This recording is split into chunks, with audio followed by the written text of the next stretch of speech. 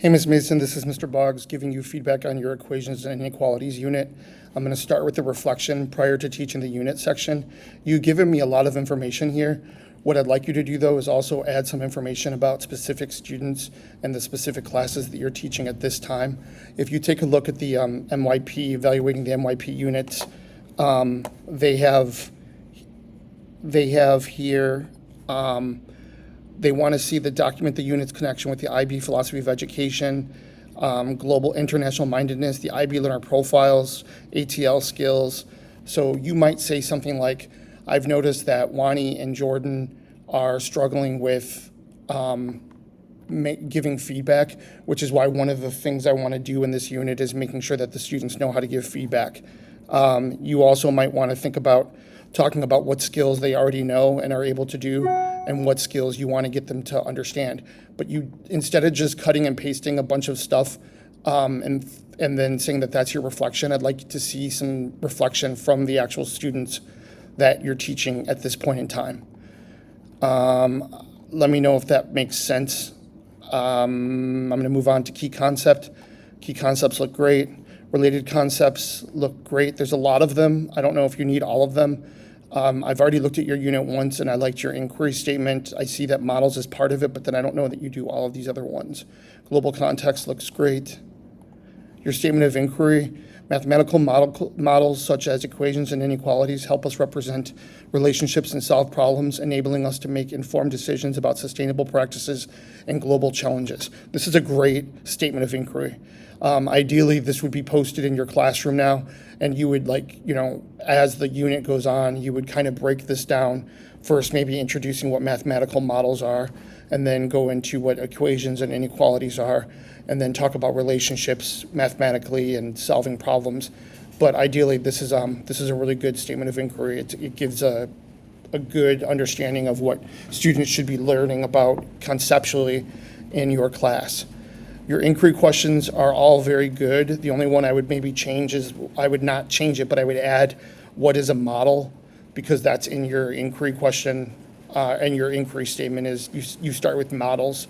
So maybe kids need to know what a model is. Maybe they don't know that yet. I don't know. But that's one piece of feedback that I can give you. I like your debatable questions. They were very good. Here, you've got the risk-taker learner profile. Down this way, you need to tell us how the students are going to develop the learner profile of risk-taking. What's that going to look like in your classroom? These are a lot of MYP objectives. Are you planning on getting all of these objectives done in this unit? Ideally, you're supposed to, for every summative task, get one strand from each criterion. So for applying mathematics in real-life context, maybe they're just going to be identifying relevant elements of authentic real-life situations. But I'm really going to be surprised if you're able to do all of this. So think back on all of these objectives and see which ones you're really going to be able to do, because it seems like it's too much.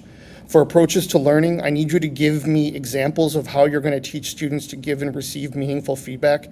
What is that going to look like for your class? How are you going to teach them the skill? There's lots of different strategies. Are you going to do a protocol? What is it going to look like to teach giving and receiving meaningful feedback for your students? That would be put here.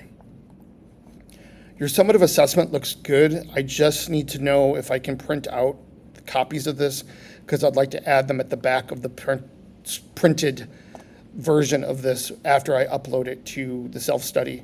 I'd like to give them that as part of the resources. And again, this part here, I saw that you had this in comments, I think. I'm sorry, let me get back to that previous, I can't get this out. Okay, this part here, I think I saw it in an earlier part, but this is really good as far as the assessment goes. I think that's a good example of what students are going to be able to do for your assessment. Are these standards from the Common Core, or are these different standards? Like, what is CED Q3? I literally don't know. So just maybe tell me where the standards are coming from. Okay, for your learning experiences, if you could tell us how you're going to be teaching these methods. So you're going to have kids plan and justify a solution process by identifying the order in which a sequence of operations needs to be undone using inverse operations. How are you going to do that? It's great that you're doing that, but is it going to just be you lecturing in front of the class, or will you give them a chance to have inquiry? Will you start with a problem and have them and not help them at all and have them try to figure it out themselves? Will you show some YouTube clips? Will you have each group have a leader who maybe teaches everybody else? Are you going to do the I do, we do, you do model? What does the methodology look like to get all of these learning experiences? How are they going to understand and justify the addition, subtraction, multiplication, and division properties of inequalities?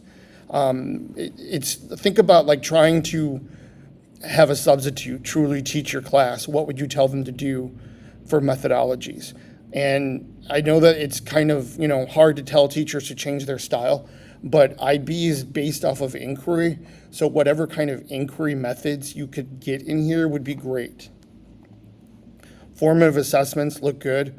If you could give me some examples of what the do nows are for the ACT prep questions, I'd like to include them in the back when I print it all. I'd like to put that in as part of the resources. Same with the Skyline tasks.